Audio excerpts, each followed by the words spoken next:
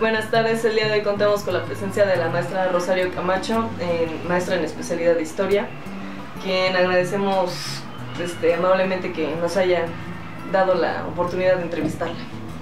Buenas tardes, Tencas, y muchas gracias por esta entrevista. ¿Cuál fue la trascendencia de la Revolución Mexicana? Bueno, la Revolución Mexicana es uno de los acontecimientos más importantes en la vida del país. Su trascendencia cambió la vida económica, política, social y cultural, y fue un movimiento popular, comenzando primero por las élites de la sociedad mexicana y luego posteriormente se movilizó a todo el pueblo. ¿Cómo se inició la revolución? Bueno, la Revolución Mexicana se puede decir que tuvo varias causas.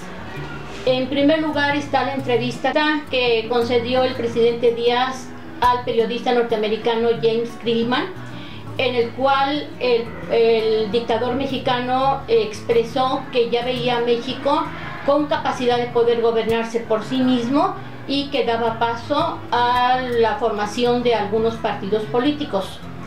Entre esos partidos surgió el Partido Antirreeleccionista, dirigido por Francisco I. Madero, el cual estaba en contra de la dictadura porfirista. Otras causas directas de la revolución fueron, en primer lugar, los levantamientos que hubo por parte de obreros y campesinos en forma generalizada, teniendo como los más importantes el movimiento en Cananea Sonora, que era una empresa metalúrgica dirigida por los norteamericanos, y el levantamiento que hubo en Río Blanco, Veracruz, que hubo una empresa textil. También los trabajadores se levantaron en contra del régimen. Además de todo esto, el pueblo estaba ya muy molesto por la forma de gobernar del dictador, porque él estableció una estructura férrea en la cual se dedicaba a matar, a asesinar en masa a muchos trabajadores. ¿Sí? Había mucha represión por parte de él hacia el pueblo, y además también estaba gobernado el país por una gerontocracia.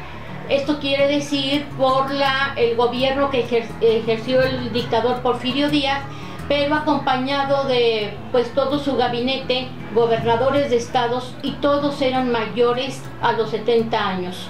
El único que era más joven era José Yves Limantour, de origen francés, el secretario de Hacienda del gabinete, pero en sí todos eran ancianos.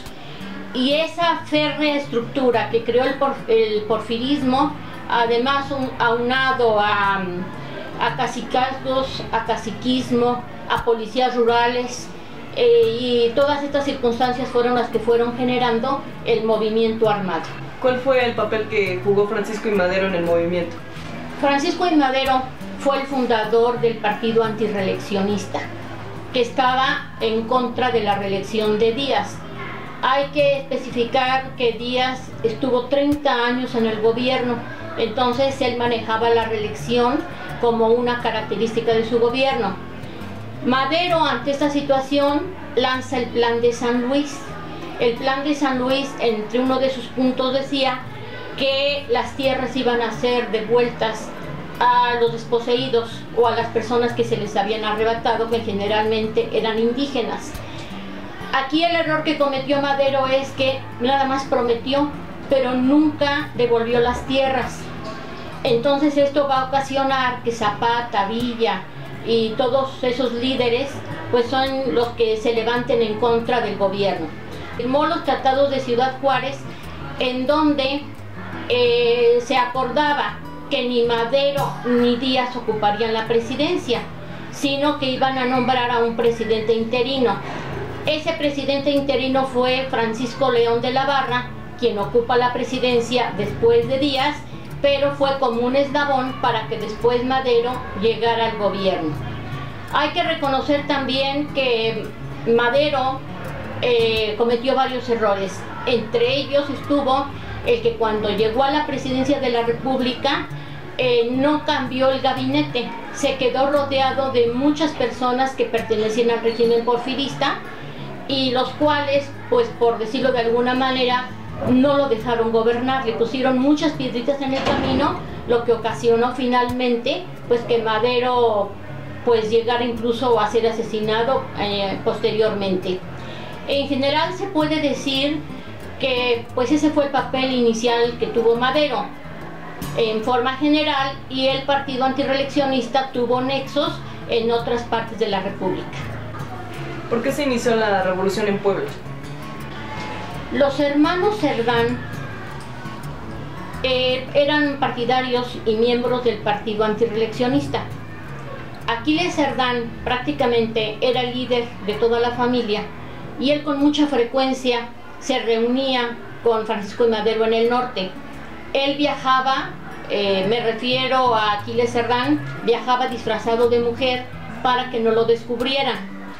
Al regresar a Puebla, en una de las tantas veces que viajó, se convirtió su casa en un lugar de la conspiración, en donde pues se hacían movimientos, se hacían reuniones del partido antirreeleccionista aquí en Puebla. En una ocasión, el gobierno del gobernador de Puebla, Mucio Martínez, que era partidario del régimen porfirista, envió a la casa de los Cerdán al general Miguel Cabrera, el cual iba a hacer un cateo. Ya se sabía que ahí se hacían las reuniones del partido antirreeleccionista. Realizan el cateo, comienzan a atacar a los habitantes y a los que estaban en la reunión, y Aquiles Cerdán se esconde en un diván, en una especie de sótano. Estando ahí tanto tiempo le va a provocar neumonía, le provoca pulmonía. Mientras estaban afuera todos los partidarios del gobierno con el ejército, y pues prácticamente en un momento dado, estando Aquiles escondido, le da tos provocado por la misma enfermedad. Estaban los guardias del ejército por ahí cerca, escuchan el ruido y entonces comienza la persecución, empiezan a buscar a Aquiles, hasta que finalmente pues él, ante la enfermedad que ya tenía, pues levanta la tapa y es cuando lo descubren y ahí mismo lo asesinan. Y de esta manera, estos hechos ocurrieron el 18 de noviembre de 1910, iniciándose así la revolución. Según el plan de San Luis, la revolución iniciaría el 20 de noviembre, pero por los hechos ocurridos en Puebla, el movimiento se inició el día 18. Y así se inició la revolución aquí en Puebla. Las consecuencias de la Revolución Mexicana serían: después de varios años de guerra, prácticamente fueron 7 años. El año de 1917, el 5 de febrero, en Querétaro, se firma la Constitución mexicana. Esa Constitución marca o señala principalmente 4 artículos. Son el artículo 123, que regula las relaciones obrero-patronales. Con esto se concede o se dan ciertos derechos a los obreros. También aparece el artículo 27. Con este artículo se satisfacen las necesidades que tenían los campesinos, que era otro de los grupos que estaban en contra del régimen porfirista. El artículo 3, que habla de la educación, también era uno de los artículos muy importantes, porque en la época porfirista también había muchos problemas educativos, y también se llegó a la conclusión de que pues el artículo 3 también iba a solucionar varios de los problemas que había en el país. Y finalmente el artículo 115, que habla del municipio libre. Estos artículos prácticamente fueron 4 de los más importantes, pues que van a dar por terminado el conflicto armado de la Revolución Mexicana, y fue promulgada por el presidente Venustiano Carranza. Bueno, maestra Rosario, muchas gracias por esta pequeña entrevista acerca de la Revolución Mexicana. Pues muchas gracias a ti por concederme esta oportunidad de dirigirme pues a los estudiantes, y pues yo sí quisiera recalcar una de las consecuencias y una de las, pues sí, podríamos decir, de la trascendencia que tuvo la revolución. Fue una época de cambio. Sí, fue un movimiento muy violento, fue un movimiento con mucho derrame de sangre, y pues nosotros como los mexicanos ahora debemos de luchar por nuestra patria y no dejar que la sangre de tantos que murieron en aquella ocasión pues se pierda. Entonces luchemos por un México mejor.